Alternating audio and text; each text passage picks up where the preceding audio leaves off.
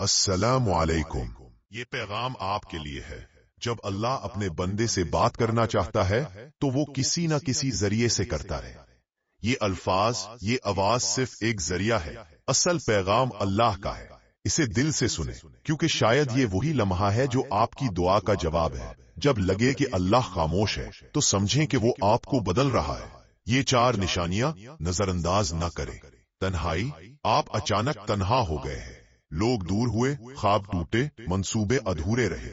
یہ تنہائی اللہ کی طرف سے ہے۔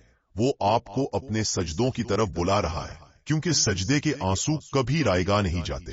نشانی 2، دل کی بے چینی۔ آپ کے دل میں ایک نامعلوم سی بے چینی ہے۔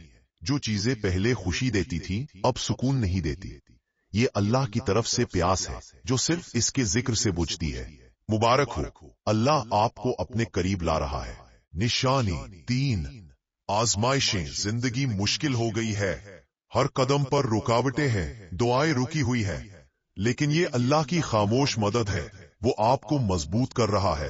لوہا آگ میں تپ کر تلوار بنتا ہے۔ اللہ نے آپ کو چنا ہے کیونکہ آپ برداشت کر سکتے ہیں۔ آپ کا دل ٹوٹ رہا ہے، لیکن آپ اللہ کو زیادہ یاد کر رہے ہیں۔ یہ کمزوری نہیں، اللہ کا قرب ہے۔